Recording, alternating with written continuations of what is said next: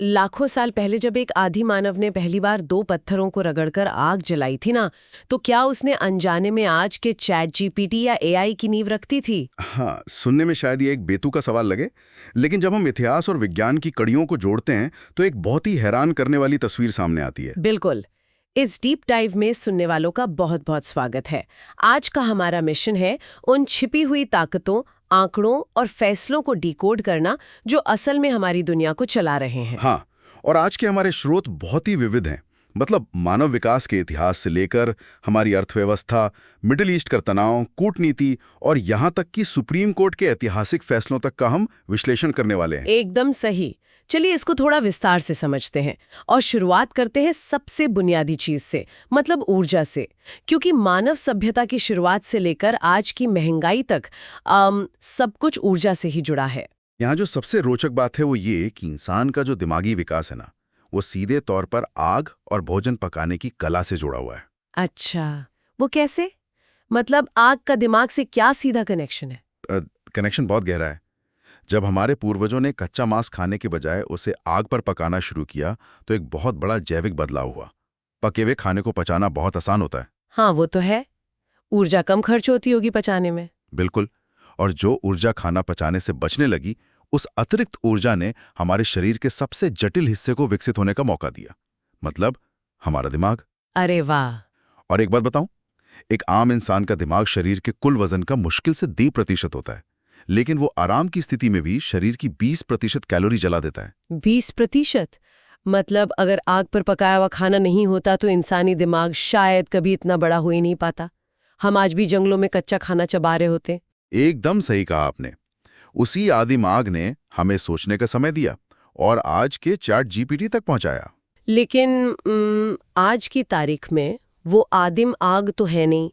आज उस आग की जगह ले ली है ग्लोबल इकोनॉमी के ईंधन ने, मतलब तेल और प्राकृतिक गैस ने। हाँ, और अगर हम हालिया भू राजनीतिक हालात को देखें तो दुनिया आज 1973 के तेल संकट से भी ज्यादा तेल पर निर्भर है। बिल्कुल। खासकर अमेरिका और ईरान के बीच जो तनाव चल रहा है, होर्मुज जलडमरू जहां से दुनिया का 15% तेल गुजरता है, वो एक तरह से ग्लोबल इकोनॉमी का चोक पॉइंट बन गया है। और होर्मुज का रास्ता बंद होने की जरा सी भी आशंका ना वैश्विक अर्थव्यवस्था में हड़कंप मचा देती है।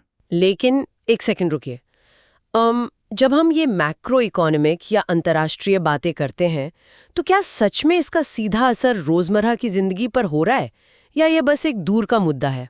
इसका असर इतना सीधा है कि वो सीधे हमारी थाली की कीमत तय कर रहा है। मैं बताता हूं कैसे। हाल ही में जो खुदरा महंगाई यानी सीपीआई के आंकड़े आए हैं, वो इसका पक्का सबूत है। हाँ, मैंने पढ़ा था कि फरवरी 2026 में महंगाई काफी बढ़ गई है। बिल्कुल।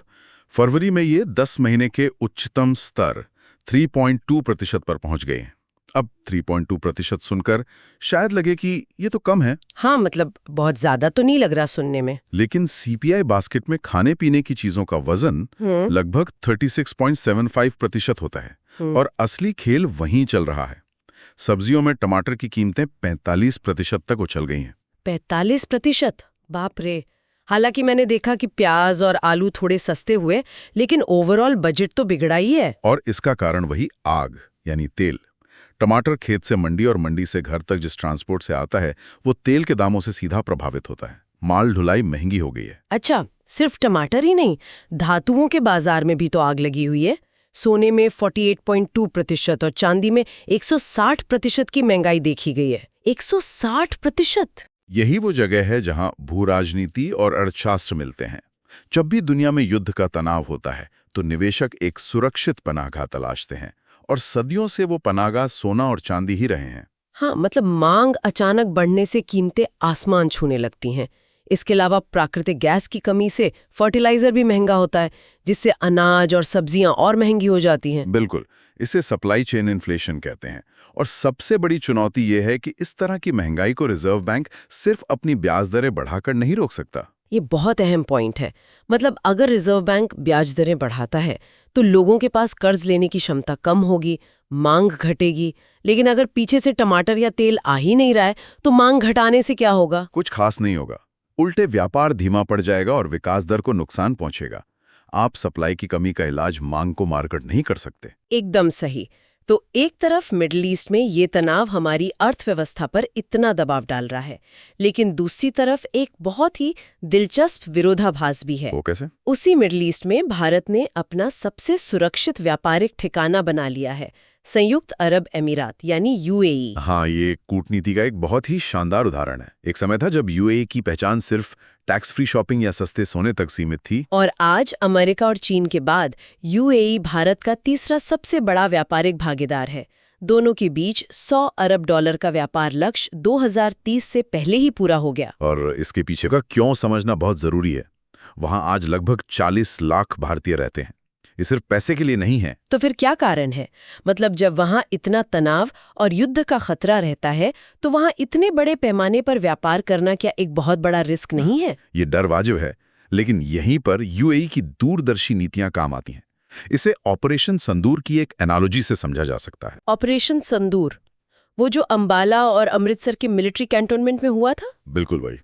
जब भारत की सीमावर्ती इलाकों में युद्ध जैसा तनाव होता है, तब भी कैंटोनमेंट के अंदर रहने वाले नागरिक अपना काम बिना डरे करते हैं, क्योंकि उन्हें पता है कि सुरक्षा घेरा बहुत सख्त है। अच्छा, तो यूएई ने भी खुद को एक ऐसे ही सुरक्षित कैंटोनमेंट या बबल में बदल लिया है? एकदम सही पकड़े हैं आप।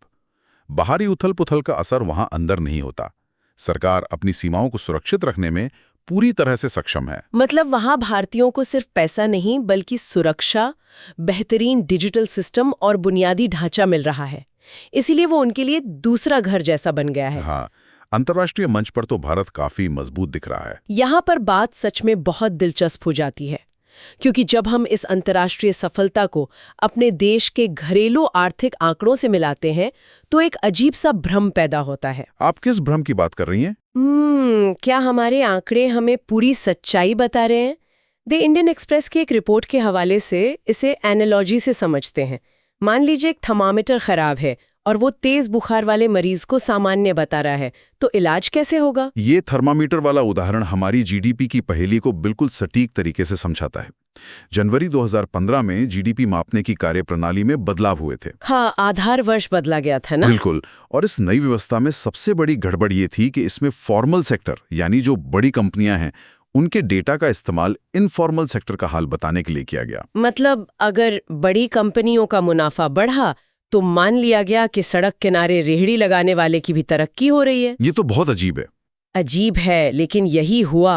और आपको याद होगा, 2015 के बाद 3 बड़े झटके लगे थे: नोटबंदी, जीएसटी और फिर कोविड। हाँ, और इन तीनों का सबसे बुरा असर तो इनफॉर्मल सेक्टर पर ही पड़ा था। एकदम सही। बड़ी कंपनियां तो उभर गईं और उनके आंकड़े अच्छे दिखने लगे, लेकिन हमारा थर्मामीटर सिर्फ फॉर्मल सेक्टर को नाप रहा था, इसलिए लगा कि पूरी इकोनॉमी दौड़ रही है। जबकि असलियत में असंगठित क्षेत्र संघर्ष कर रहा था।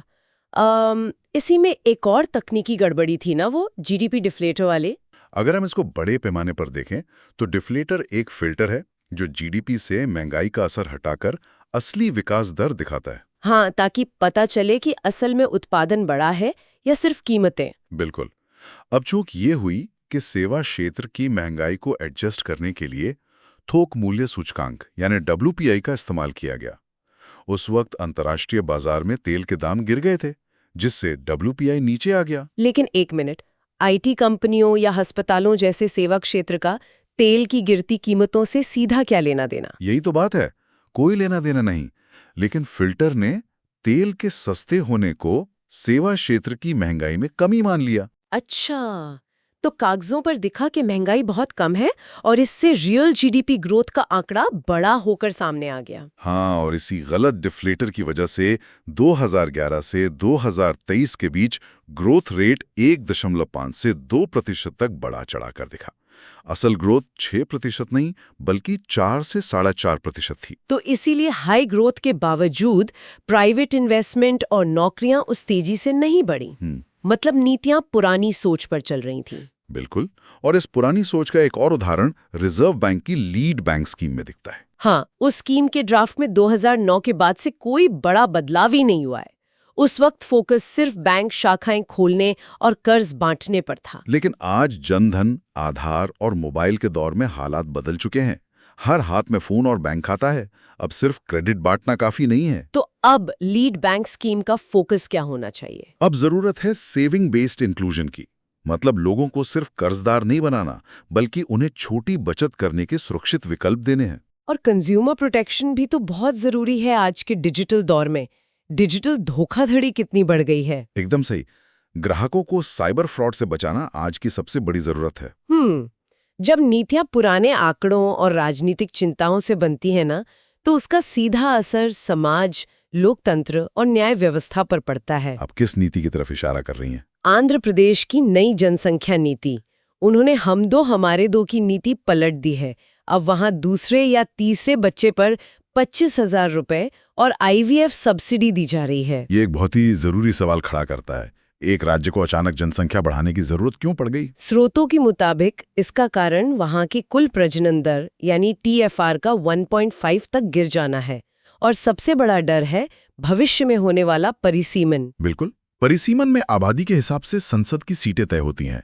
उन्हें डर है कि आबादी कम होने से लोकसभा में उनकी सीटें और राजनीतिक ताकत कम हो जाएगी। लेकिन क्या ये महिलाओं के अधिकारों के लिए सही है? राजनीतिक डर से महिलाओं को ज्यादा बच्चे पैदा करने के लिए पैसे देना? बिल्कुल नहीं। अगर TFR कम हो रहा है तो ये दरअसल महिलाओं की बेहतर शिक्षा और आर्थिक स्वतंत्रता का संकेत है। राजनीतिक डर से इसे पलटना एक बहुत ही प्रतिगामी कदम हो सकता है। हाँ, और ये राजनीतिक डर सिर्फ राज्यों में नहीं, राष्ट्रीय स्तर पर भी दिख रहा है। अभी हाल ही में पहली बार 130 लोकसभा और 63 राज्यसभा सांसदों ने मुख्य चुनाव आयुक्त को हटाने के लिए महाभियोग का नोटिस दिया है। ज्ञानेश कुमार के खिलाफ, राइट? हाँ, स्रोतों में बताया गया है कि इसमें पक्षपात और मतदाता सूची में गड़बड़ी के कुल 7 आरोप हैं। हालांकि ये सिर्फ स्रोतों की जानकारी है, हम इस पर कोई पक्ष नहीं ले रहे। बिल्कुल, हमें इसे निष्पक्ष रूप से समझना चाहिए। ये ऐतिहासिक कदम लोकतंत्र में पारदर्शिता की मांग को दर्शाता है। ये दिखाता है कि कोई भी पद जवाबदेही से ऊपर नहीं है। और यही पारदर्शिता और न्याय की मांग हमारी न्यायपालिका में भी उठ रही है। सुप्रीम कोर्ट का एक हालिया फैसला इसका बहुत बड़ा उदाहरण है। आप उस पॉक्सो एक्ट वाले मामले की बात कर रही हैं? हाँ, इलाहाबाद हाई कोर्ट ने एक मामले में रेप के प्रयास के गंभीर आरोप को घटाकर सिर्फ निर्वस्त्र करने के इरादे से हमला कर दिया था, लेकिन सुप्रीम कोर्ट ने इसे रद्द कर दिया। और ये बहुत जरूरी था। न्यायपालिका को पीड़ितों के प्रति संवेदनशील होना ही पड़ेगा। स्रोतों में एक लेखिका ने अपने 15 साल पुराने अनुभव का जिक्र किया है।